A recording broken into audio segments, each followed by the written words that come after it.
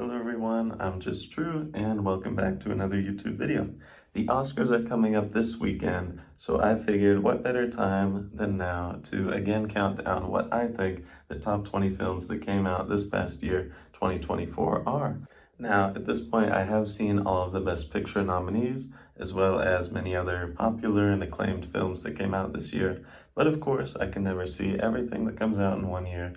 So a few of the films that I missed, either due to them not coming to my local theater in time or being part of a long-running series that I haven't seen the other films in, include Mad Max Furiosa, YOLO, Suleiman's Tale, Caught by the Tides, Ghostlight, and a good deal more. I'd also like to give an honorable mention to the film Sing Sing. Now, this did come out for the first time in 2023, but I myself had not seen it until after I already put out my video. Having watched it this past year, it definitely would have made the list if I had seen it in time, so I'd like to give a little shout out now. And of course, as always, if you'd like to read my in-depth thoughts on any of these films, others that came out in the year, or really any movie you can think of, I write reviews for everything I watch at letterboxd.com/justtrue. I'll also have a link in the description. I appreciate it if you check it out. Now, getting into the back end of this list, we're going to start at number 20. I have American mumblecore drama, It Just Takes Time, from director Joel Haver. At number 19, I have the Japanese coming-of-age anime film Look Back, from director Kiyotaka Oshiyama. At number 18, I have the Latvian fantasy adventure film Flow, from director Gens Zilbalodis. At number 17, I have the American coming-of-age comedy film Didi, from director Sean Wang. And at number 16, I have the American comedy film Thelma, from director Josh Margolin. Again, those are all fantastic films. I definitely recommend checking them out, but they're not exactly masterpiece level like the rest of this list is going to be. And starting us off at number 15 in that set of films is going to be the family drama How to Make Millions Before Grandma Dies. It's a little bit of a funny, blunt title, but the film quickly turns from comedy into more personal family drama. Now, the title is self-explanatory.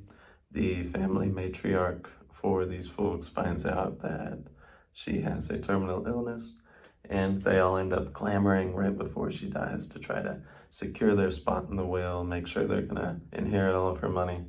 Things don't quite go as planned, and it ends up being a very emotional story, one about why you really should value your family and your loved ones before they're gone, but also a little funny along the way. I definitely recommend it. Number 14, I put the film I'm Still Here. This is a Brazilian film that ended up getting nominated for Best Picture this year, actually. Though there have been a lot of great Brazilian films over the year, none has ever been nominated for that award. So I'm kind of rooting for it as an underdog, but again, I'd be happy with a lot of the nominees this year. It's been a great year. This film particularly is about the military junta that took over Brazil many decades ago, and it follows the family of a sort of minor political figure, a congressman, who ended up getting abducted by the military during that time and killed. And they didn't tell his family. He was forcibly disappeared. It's a terrible story. It's a true story, and it's told in this film in a very emotional way, a very authentic way. It's a very tragic film, but again, it's told very delicately. And if you're looking for something that's going to be very moving, also very educational, if you're looking about learning history of Brazil, I definitely recommend that one. At number 13, I have Haikyuu, The Dumpster Battle. This film came out this year, but it's part of a long-running sports anime franchise now focusing on high school volleyball competitions. Now, it's not a very serious film, but the animation is beautiful. It's very tense. The whole film pretty much tells the story of one volleyball game. And, they really get down to the wire, coming up with super creative plays that are animated beautifully. Little character arcs within the, 60, 90-minute session of the game. And, it's just cool to see. Are they going to go down to the buzzer? Who's going to win? There's all these toss-up points. A lot of moments of suspense there. Again, not super deep, but a really fun watch if you're into that sort of series. At number 12, I have the Indian Tamil language drama film Mayazagan. This one was very emotional for me to watch. It's a fairly light film. It follows a man who returns to his hometown, reunites with some long-lost family members after years of not having gone back to his hometown, making himself out to be a professional in the big city. And the people he meets there, they have a profound impact on him.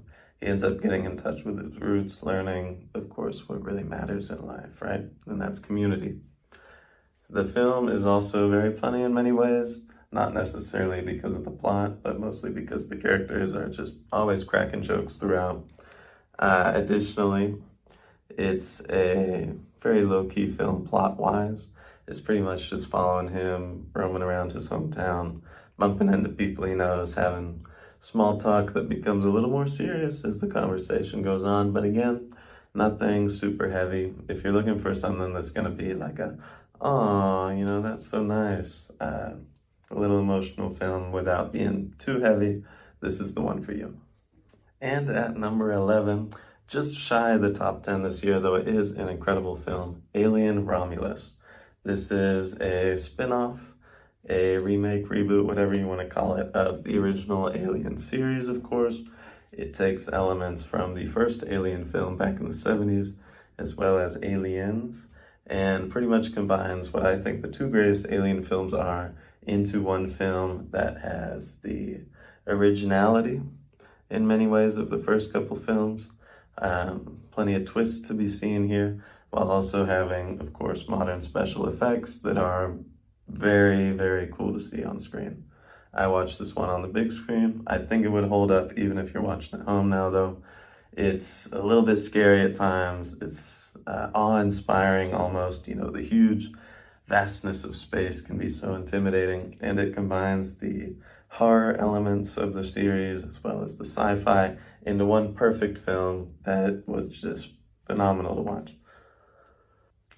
All right, getting into the real meat and potatoes of the list. We're going with number 10 of the top 10 here. This is the film that won the Golden Globe this year. It's considered a frontrunner for Best Picture, and that is The Brutalist. This is a Titanic film, very long, coming in at over 3 hours.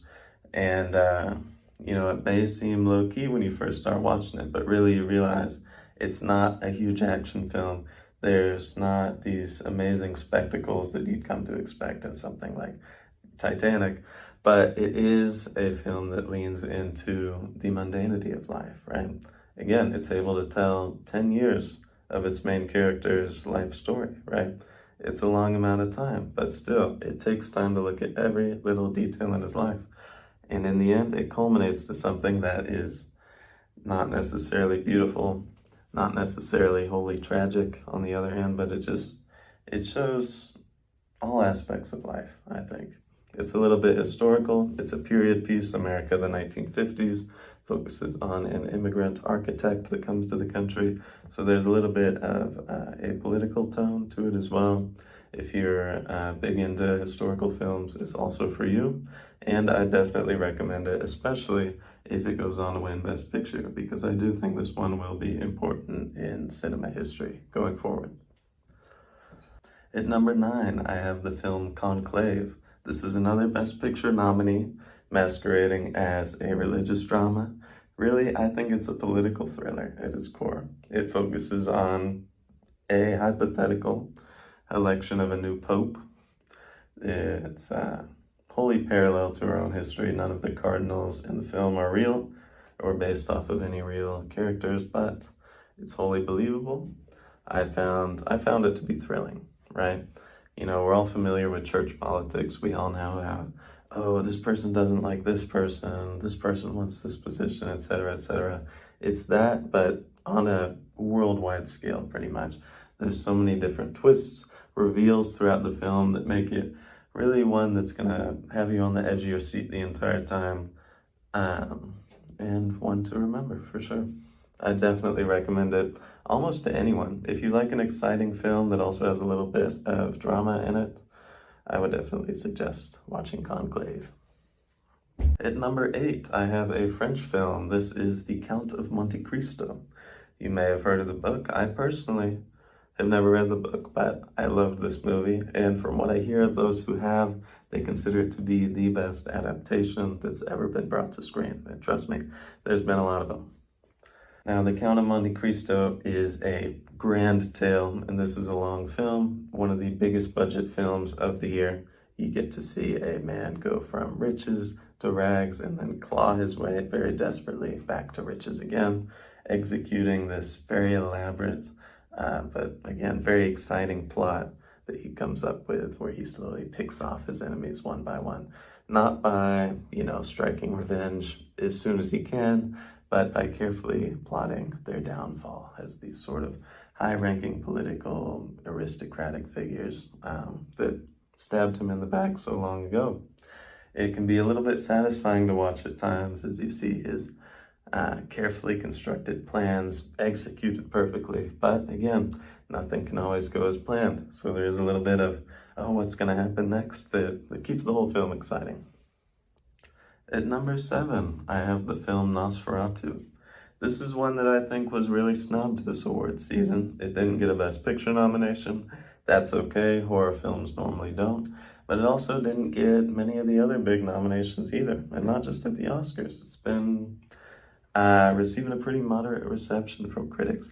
I disagree. I think this is one of the scariest films that's come out in modern memory, and it's also just incredibly well made. It's a period piece adapting the typical story of Dracula with a lot of historical accuracy. And if you look at the costumes, the way characters talk, it's clearly a high-budget film, but it's also just spooky, Bill Skarsgård, who plays Count Orlok Nosferatu, the vampire in the film, he's incredible to watch. Every time he's on screen, I get a chill down my spine. I watched this in theaters and I was like glued to my seat, but I wanted to get out. He's really scary with it, and he's popping out of the shadows, all sorts of stuff. It's an incredible film if you want to see a little bit of complex filmmaking, see every little detail of the film planned out, very elaborate sets. But also if you just want to be scared, if you're like, I want to feel something, watch this movie. At number 6, I have Anora. Now, this is a comedy film, but it also, surprisingly, is the front runner for Best Picture this year. May not have expected it, but hey, sometimes something that you just get to watch and laugh at, if everyone likes it good enough, it becomes Best Picture, right? Maggie Madsen, the main performer in the film, she does a great job.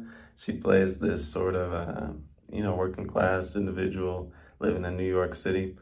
And there's this Russian oligarch that comes into the city. They fall in love, or whatever you want to call it. They party together all week and they get married, right? In Vegas the next weekend, right? But of course, not every good thing can last forever. Suddenly his parents, the real billionaires, come into town. He skips, he says, I'm out of here. And suddenly it's just Anora left to deal with these, billionaires she's never met and all their cronies who are just trying to get in favor. It's a very funny film. You kind of have to watch it to see it. It's very tough to describe. But if you want a film that maybe is a little offbeat, but it's also just something to sit back and laugh at, I definitely recommend it. All right, going into the top 5. These are the films that I really care about from this year. I think 2024 has been exceptional for cinema. I think in any other year, any one of these 5s could easily have taken the number 1 spot. Fortunately, we got a year where 5 masterpieces, 5 films that are all going to go down in cinema history, all came out within a year of each other, right? It's really fantastic. But at number 5, I put Challengers. This is a tennis-focused film about 2 professional tennis players, 3 professional tennis players actually, 1 retired. But really, it's a personal drama, right? It uses the court, the battles between these 2 characters in the professional realm as a parallel to the strife they've encountered with each other on a personal level as well, constantly switching back and forth between their public life, their private life. It's a really well done film, Very entertaining to watch. A lot of very moving moments. A lot of a lot of moments where you're just on the edge of your seat. You're like, who's gonna win this round? I like that sort of stuff, if you can't tell already by the rest of this list. But this was a film for me. Zendaya's in it. She's amazing as always. Some other actors who I'd never heard of were doing really well in this film. I'm excited to see where their career goes from here.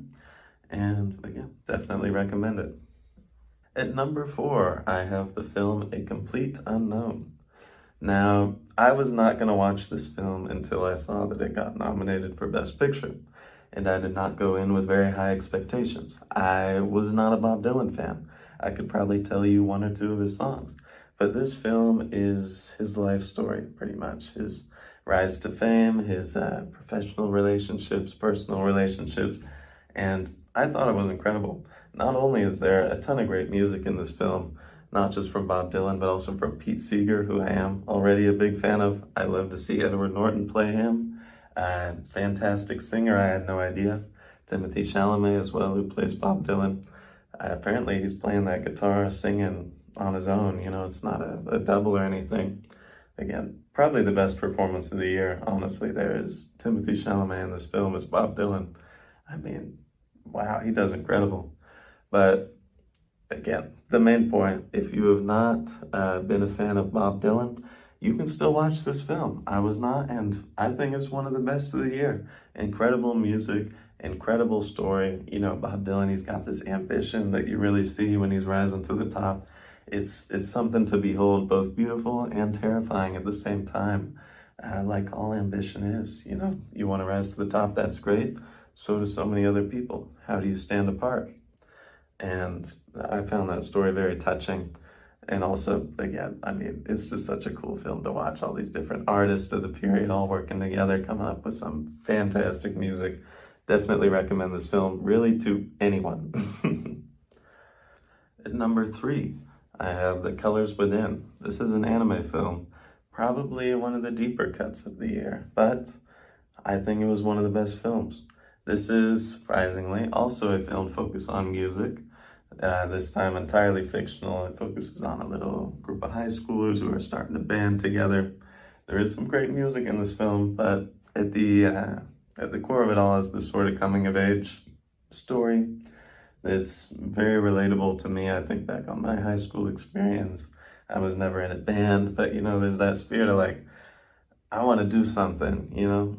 And you get with your friends, you're just kind of messing around, creating stuff, and it's a beautiful process, right? I feel that way about a lot of the YouTube videos I did. I was involved in theater in high school, same sort of process.